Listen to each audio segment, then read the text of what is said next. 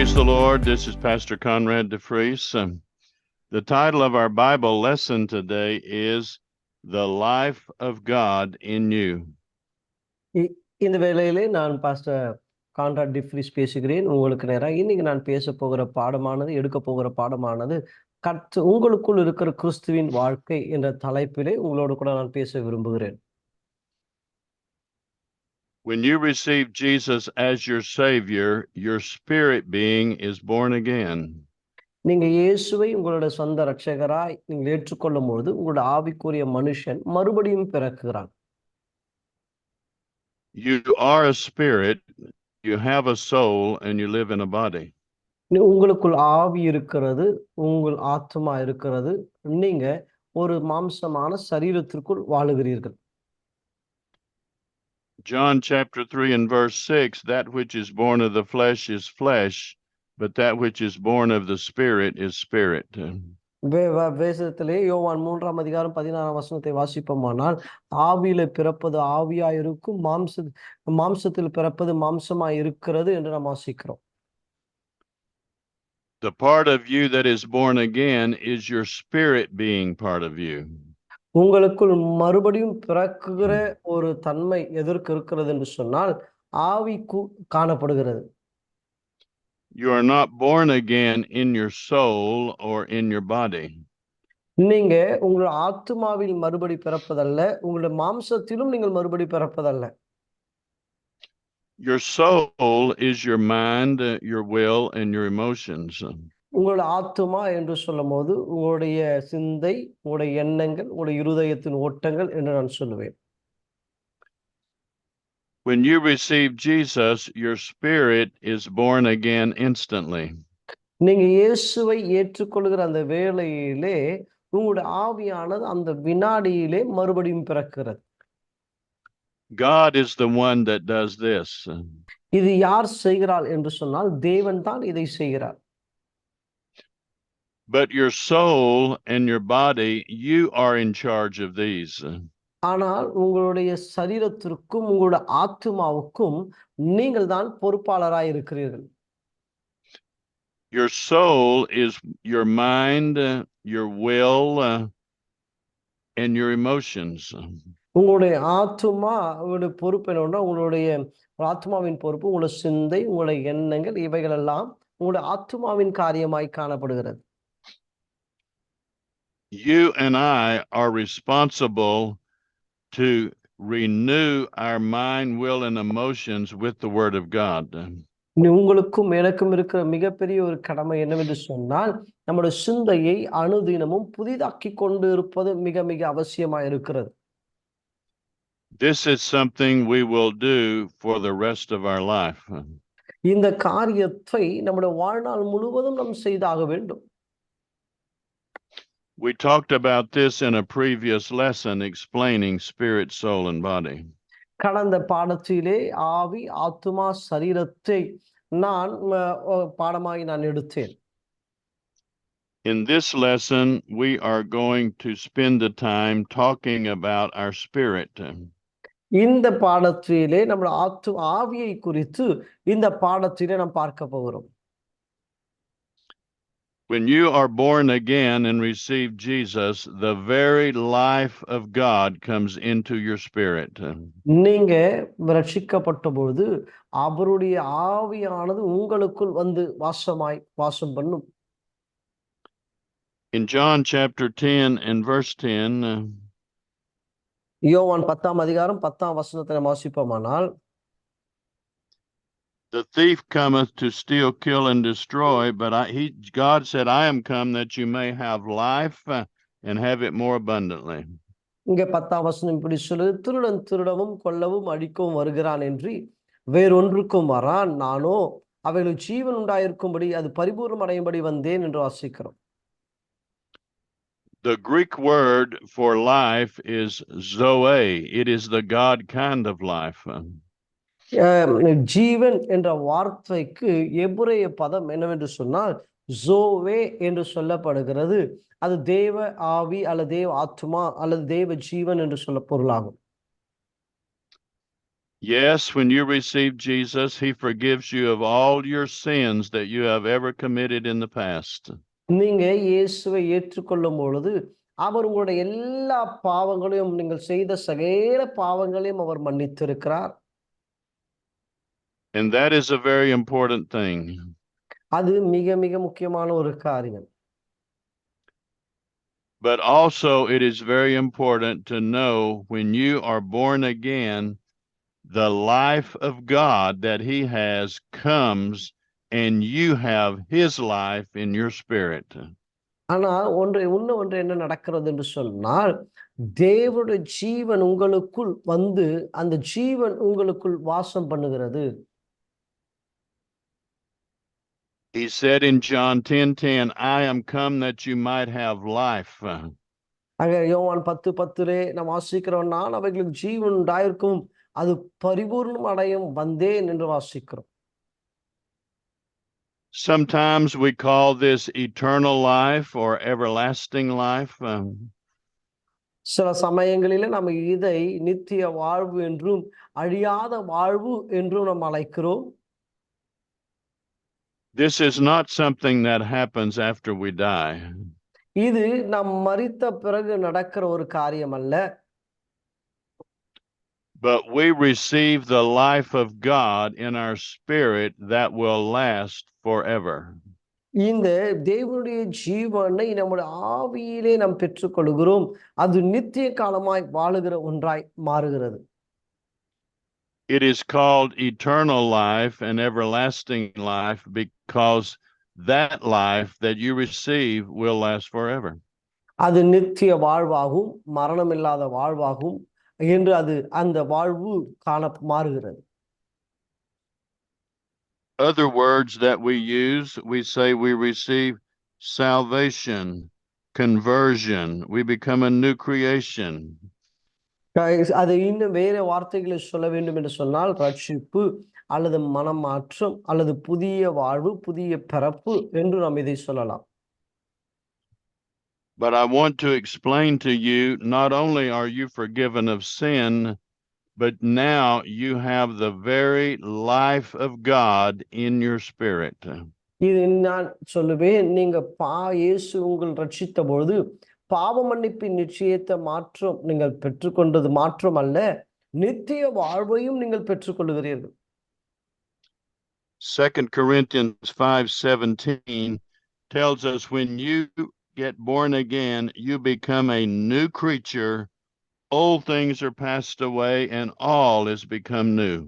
நீங்க 2 கொரிந்தியர் 5:17 வாசிக்கும் போது, நீங்கள் மறுபடியும் பிறக்கும் போது நீங்க பழையவைகள் எல்லாம் ஒளிந்து போயின, எல்லாம் புதிதாயின என்று நாம் வாசிக்கிறோம். You still have the same physical body. உங்களுக்கு அதே மாம்சமான சரீரம் தான் இருக்கிறது. And you still have the same mind, will and emotions. அதே விதமான சிந்தையும் அதே விதமான உணர்வுகள் தான் உங்களுக்கு உண்டு. But your spirit is made new. The old spirit is gone and you have a brand new spirit with the life of God in it. பழைய ஜீவன் கடந்து போய் புதிய ஜீவன் வருகிறது. அந்த புதிய ஜீவன் தேவனை உடைய ஜீவனாய் அது மாறுகிறது. In this Bible lesson, we are speaking about this new kind of life that comes into your spirit at the new birth. நீங்க மறுபடி பிறக்கும்போது ஒரு புதிய வாழ்வு அல்லது புதிய ஜீவனை நீங்கள் பெற்றுக்கொண்டு இருக்கிறதை குறித்து தான் இந்த பாடம் அமைந்திருக்கிறது. John chapter 3 and verse 6, that which is born of the flesh is flesh, that which is born of the spirit is spirit. யோவான் 3:6 சொல்லுகிற வண்ணமாய், மாம்சத்தில் பிறப்பதெல்லாம் மாம்சமாயும் ஆவியில் பிறப்பதெல்லாம் ஆவியுமாய் இருக்கிறது என்று நாம் வாசிக்கிற வண்ணமாகவே.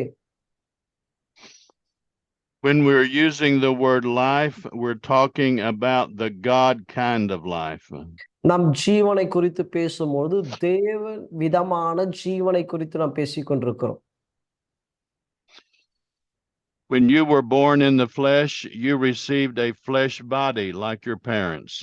நீங்க மாம்சத்தில் பிறக்கும்போது உங்களோட சரீரமானது உங்கள் பெற்றோர்களைப் போல ஒரு சரீரமாய் உங்களோட சரீரம் காணப்படும். But when you receive Jesus as Savior, then you have life in your spirit, just like God has life. நீங்க இயேசுவை உங்கள் சொந்த இரட்சகராய் ஏற்றுக்கொள்ளும்போது என்ன நடக்கிறது என்று சொன்னா, ஒரு ஜீவனை பெறுகிறீங்க. இயேசுவுக்குள் இருந்த அதே வண்ணமான ஜீவன் உங்களுக்குள்ளும் காணப்படுகிறது. In the book of John, chapter 5 and verse 26, யோவான் 5ஆம் அதிகாரம் 26ஆம் வசனத்தை நாம் வாசிப்போமானால், for as the Father hath life in himself, so hath he given to the Son to have life in himself. பிதாவானவர் தம்மில் தாமே ஜீவன் உடையவராய் இருக்கிறதைப் போல குமாரனும் தம்மில் தாமே ஜீவன் உடையவராய் இருக்கும்படி அருள் செய்திருக்கிறார் என்று வாசிக்கிறோம். You, as a child of God, have the same kind of life in your spirit that God has in his spirit. நீங்க தேவனுடைய பிள்ளையாக, தேவன் எப்படி ஜீவன் உடையவராய் இருக்கிறாரோ, தேவனுடைய பிள்ளையாக நீங்களும் அப்படிப்பட்ட ஜீவன் உடையவராய் காணப்படுகிறீர்கள். When you were born in the flesh, you received eyes, arms, legs in the natural body, just like your parents. நீங்க மாம்சத்திலே மனுஷனாய் பிறக்கும்போது உங்க பெற்றோர்களுக்கு இருக்கிற வண்ணமாக கைகளும் கால்களும் கண்களும் காதுகளும் எப்படி இருக்கிறதோ அப்படியே உங்களுக்கும் காணப்படுகிறதை போல, when you receive Jesus as Savior, then in your spirit being, you receive the nature of God into your spirit. எப்படி இயேசுவை உங்க இரட்சகராய் ஏற்றுக்கொண்டதனாலே இயேசுக்குள் இருந்த ஜீவன் உங்களுக்குள் வருகிறதை போல, இயேசுவின் குணாதிசயங்களும் இயேசுவின் தன்மைகளும் உங்களுக்குள் காணப்பட ஆரம்பிக்கிறது. In the book of 1 John, chapter 5 and verse 11, 1 யோவான் 5ஆம் அதிகாரம் 11ஆம் வசனத்தை நாம் வாசிப்போமானால், and this is the record that God hath given us eternal life. இது தேவன் நமக்கு நித்திய வாழ்வை கொடுப்பதற்கான ஒரு காரியமாய் காணப்படுகிறது. That is not just eternal life after you die, but you have this kind of life in you now at the new birth. நீங்க மரித்த பிறகு இப்படிப்பட்ட நித்திய வாழ்வு வரும் என்று வேதம் சொல்லவில்லை. நீங்கள் வாழுகிற இந்த வாழ்க்கையிலே இந்த ஜீவனை உடையவராய் நீங்கள் இருப்பதற்காக நீங்கள் அழைக்கப்பட்டிருக்கிறீர்கள். In verse 12 it says, he that hath the Son hath life. இங்க 12ஆம் வசனத்திலே நீங்க வாசிப்பீர்களானால், அங்க மன்னிக்கவும் 12ஆம் வசனம் இப்படி சொல்லுகிறது, குமாரனை உடையவன் ஜீவனை உடையவன், தேவனுடைய குமாரன் இல்லாதவன் ஜீவன் இல்லாதவன் என்று வாசிக்கிறோம். When you receive Jesus by faith into your heart, he puts his kind of life into your spirit. இயேசுவை விசுவாசித்து உங்கள் உள்ளத்தில் ஏற்றுக்கொள்ளும் போது அவர் விதமான ஜீவன் உங்களுக்குள் கடந்து வருகிறது. The book of Hebrews chapter 12 and verse 9 says he is the father of spirits. இங்க எபிரேயர் 12ஆம் அதிகாரம் 9ஆம் வசனம் சொல்லுகிறது, அவர் ஜீவன் உள்ளவர்களுக்கெல்லாம் தந்தை என்று நாம் வாசிக்கிறோம். God is not the father of your body or your soul. ஆண்டவர் உங்களுடைய ஆத்துமாவுக்கு தகப்பன் அல்ல, உங்களுடைய சரீரத்திற்கும் அவர் தகப்பன் அல்ல. He is the father of your new born again spirit. அவர் உங்களுடைய மறுபடி நீங்கள் பிறந்த அந்த ஜீவனுக்கு, அந்த ஆவிக்கு அவர் தகப்பனாய் இருக்கிறார். You will always, your spirit will live forever. நம்முடைய ஜீவன் அழியாததும் நித்தியமாய் வாழுகிற ஒன்றாய் காணப்படுகிறது. When your body goes into the grave, your spirit continues to live and will be with God forever. உங்களுடைய சரீரம் மண்ணுக்கு நேராய் திரும்ப அது அடக்கம் பண்ணப்படும். ஆனால் உங்களுக்குள் இருக்கிற ஜீவன் தம்முடைய பிதாவிடத்திலே அது கடந்து போய் நித்தியமாய் அவரோடு கூட சஞ்சரிக்கும். We are focusing today to understand more that we are a spirit being and have the life of God in us. நான் எனக்கு எடுக்கிற பாடம், நீங்கள் ஆவியின் மனிதர்கள், தேவனோடு கூட சஞ்சரிக்கிறவர்கள் என்று உங்களோடு கூட பேசிக்கொண்டிருக்கிறேன். In the book of 2 Peter chapter 1 and verse 4. 2 பேதுரு 1ஆம் அதிகாரம் 4ஆம் வசனத்தை நாம் வாசிப்போமானால், he tells us that we have received the divine nature on the inside of us. அங்க வசனம் இப்படி அங்க வசனம் இப்படி சொல்லுகிறது, கிறிஸ்துவில் மரித்தோரில் இருக்கிறது அழியாதும் மாசற்றதும் மாடாதும் ஆகிய ஜீவனுள்ள நம்பிக்கை உண்டாகும்படி என்று வாசிக்கிறோம். Many times Christians they do not understand. They live in the natural, but God wants you to learn to live in the spirit. இன்னைக்கு நம்ம கிறிஸ்தவர்களுக்கு தேவன் விரும்புவதால் நாம் மாம்சத்தின்படி வாழுகிறோம். ஆனால் தேவனுடைய விருப்பம் எல்லாம் நாம் ஆவிக்குரியபடி ஜீவனோடு கூட அல்ல ஆவியோடு வாழ வேண்டும் என்பதுதான் தேவனுடைய விருப்பமா இருக்கிறது. In the book of Colossians chapter 1 and verse 13. கொலோசியர் 1ஆம் அதிகாரம் 13ஆம் வசனத்தை நாம் வாசிப்போமானால், God has delivered us from the power of darkness and translated us into the kingdom of his dear son. கர்த்தர் உலகத்தில் உள்ள காரியங்களை மாற்றி தேவனுடைய பிள்ளைகளாய் இருக்கும்படியான அதிகாரத்தை தேவன் கொடுத்திருக்கிறார் என்று நாம் வாசிக்க முடியும். God will lead you and guide you by your born again spirit. கர்த்தர் உங்களை மறுபடி பிறந்த அந்த ஜீவனை நடத்தவும், அதை வழி நடத்தவும், அதை பாதுகாக்கவும் தேவனால முடியும். In Luke chapter 17 and verse 21. லூக்கா 17ஆம் அதிகாரம் 21ஆம் வசனத்தை நாம் வாசிப்போமானால், அங்க கர்த்தருடைய வார்த்தை இப்படி சொல்லுகிறது. It says, we will not look low here or low there. Behold, the kingdom of God is on the inside of you. அங்கே வசனம் இப்படி சொல்லுகிறது, இங்கு என்றோ அது அங்கே என்றும் சொல்லப்படுகிறது.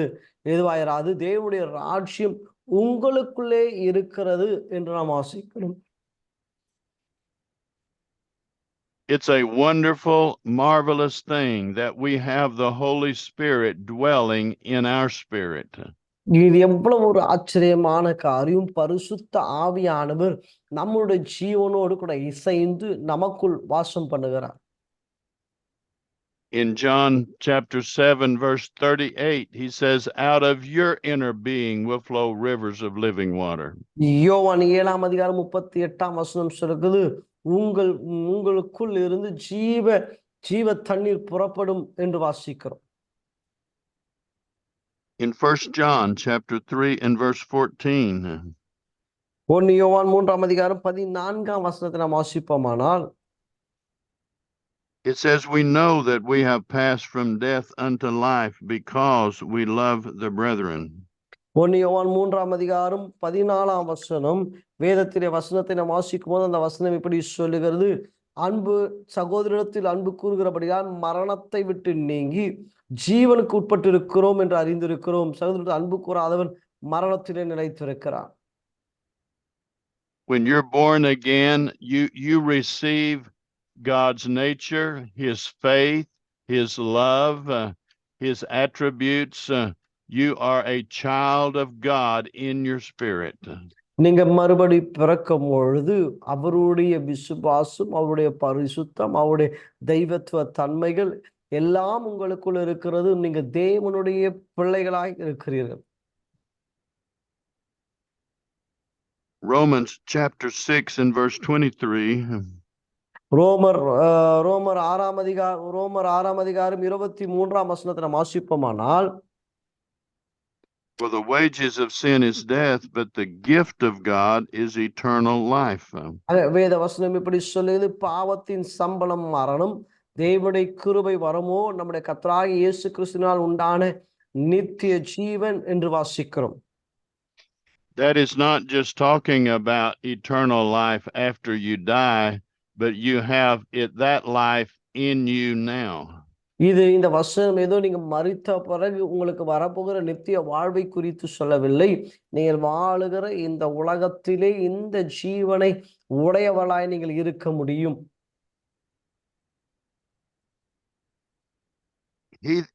When you receive Jesus as your Savior, just imagine you are a child of God.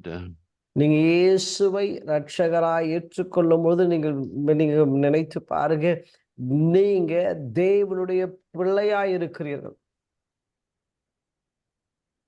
When you receive Jesus and are born again, you have the light of God in your spirit. நீங்க இயேசுவை ஏற்றுக்கொள்ளும் போது தேவனுடைய ஒளியை உடையவளாய் இருக்கிறீர்கள். John chapter 1 and verse 4 says, "In him was life, and the life was the light of men." யோவான் 1ஆம் அதிகாரம் 4ஆம் வசனத்தை நாம் வாசிக்கும் போது அங்க கர்த்தருடைய வார்த்தை இப்படி சொல்லுகிறது, அவருக்குள் ஜீவன் இருந்தது, அந்த ஜீவன் மனுஷருக்கு ஒளியாய் இருந்தது என்று வாசிக்கிறோம். If you are thinking in your mind the way the world is thinking, you will not understand what to make the best decision is. நீங்க உலகத்தான் யோசிக்கிற வண்ணமாய் யோசிப்பீர்களானா எந்த முடிவை எடுக்க வேண்டும் என்று நீங்கள் பதறுவீர்கள். But I want to show you in the Word of God how to listen to your born again spirit. இன்னைக்கு கர்த்தருடைய வசனத்தை கொண்டு மறுபடியும் பிறந்த தேவனுடைய ஜீவனை உடையவர்கள் எப்படி காரியங்களை அறிந்து கொள்ள வேண்டும் என்று அல்லது அந்த ஆவியிலிருந்து பெற்றுக்கொள்வது எப்படி என்று நான் சொல்ல விரும்புகிறேன். In your spirit is the life of God. You have the life of God, and it is the light of God on the inside of you. இன்னைக்கு உங்களுடைய ஜீவனுக்குள்ள தேவனுடைய ஜீவன் உண்டு, உங்களுக்குள் தேவனுடைய ஜீவன் உண்டு. அந்த ஜீவன் அது தேவனுடைய ஒளியாய் காணப்படுகிறது. Jesus told the woman at the well, if she would drink of the water that he would give her, she would never thirst again. இயேசு சொல்லும்போது சொல்லுகிறாங்க, அந்த கிணற்றண்டையிலே நான் கொடுக்கும் தண்ணீரை நீ குடித்தால் நீ மறுபடியும் உனக்கு தாகம் உண்டாகாது என்று இயேசு சொன்னார். He is talking about the living water that comes into our spirit that is born of God. தேவனால் பிறந்தவர்களுக்குள் ஒரு ஜீவ தண்ணீர் புறப்பட ஆரம்பிக்கும். In the book of 1 John chapter 1 and verse 7. 1 யோவான் 1ஆம் அதிகாரம் 7ஆம் வசனத்தை நாம் வாசிப்போமானால், but if we walk in the light as he is in the light, then we have fellowship with him. நீங்க அவரிலே நடந்தால், நீங்கள் ஒளியிலே நடந்தால் அவரோடு கூட இசைந்து அவரோடு கூட ஐக்கியப்பட்டிருக்கிறீர்கள் என்று வசனம் சொல்கிறது. If you listen to your old way of thinking, then it will just be darkness like the world is. நீங்க இந்த ஒளியிலே நடந்தால் ஐக்கியப்பட்டிருப்பீங்க. நீங்க ஒளியிலே நடக்காவிட்டால் உலகத்தானை போல இருளிலே வாழுவீர்கள். Romans chapter 12 and verse 2 tells us to be transformed and renew our minds to the word of God. இங்கே ரோமர் 12ஆம் அதிகாரம் 2ஆம் வசனம் சொல்லுகிறது, மறுரூபமாக வேண்டும், புதிதாக்குதலை குறித்து அங்க வேதம் சொல்லுகிறது. You are in charge of your mind and you are in charge of your emotions. உங்களுடைய சிந்தைக்கும் உங்களுடைய உணர்வுகளுக்கும் நீங்கள் தான் பொறுப்பாளர்கள். Emotions always follow thoughts. நம்மளுடைய உணர்வுகள் நம்முடைய சிந்தையை பின்பற்றுகிறதா இருக்கிறது. If you don't like the way you are feeling in your emotions, then change the way you're thinking. உங்களுடைய உணர்வுகள் சரி இல்லை என்று நீங்கள் கவனிப்பீரானால் உங்கள் யோசனையை நீங்கள் மாற்ற வேண்டும். The devil wants to control your thinking, but God will not control your thinking. பிசாசு உங்க சிந்தையை ஆளுகை செய்வான், ஆனால் ஆண்டவர் உங்கள் சிந்தையை ஆளுகை செய்ய மாட்டார். It was a wonderful thing in my life one day when I learned that I can choose what I want to think. நான் என்னோட வாழ்க்கையிலே நான் என்ன யோசிக்க வேண்டும் என்று நான் கற்றுக்கொண்ட ஒரு அருமையான பாடம் எனக்கு உண்டு. You are in charge of your soul, your mind, will, and emotions. நீங்க தான் உங்களோட ஆத்துமா, உங்களோட சிந்தை, உங்களோட யோசனையின் பொறுப்பாளராய் இருக்கிறீர்கள். With your will, you can choose, I will do this or I will not do this. நீங்க யோசிக்கலாம், நான் இதை செய்யலாம் என்றும், நான் இதை செய்ய வேண்டாம் என்றும் நீங்கள் முடிவெடுக்க முடியும். God has made you a free moral agent, and it's up to you to make the right choices. கர்த்தர் உங்களை ஒரு புதிய சிருஷ்டியாய் மாற்றி இருக்கிறார். நீங்கள் எதை செய்ய வேண்டும் என்று, எதை செய்யக்கூடாது என்று நீங்கள் முடிவெடுக்கலாம். The devil wants to make you think you do not have a choice.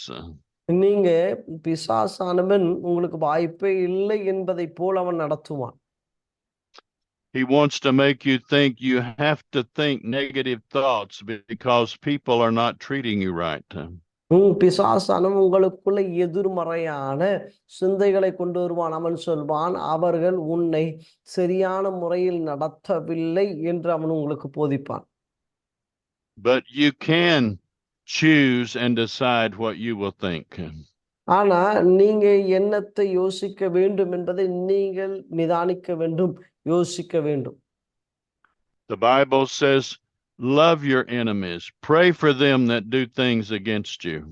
வேதம் சொல்லுக, உங்க சத்துருவானவனை நேசி என்று சொல்லி, உங்களுக்கு விரோதமாய் எழும்புகிறவனுக்கு நீ உதவி செய் என்று சொல்லி வேதம் நமக்கு போதிக்கிறது. You have the life of God on the inside of you. நீங்க தேவனுடைய ஜீவன் உங்களுக்குள் இருக்கிறது.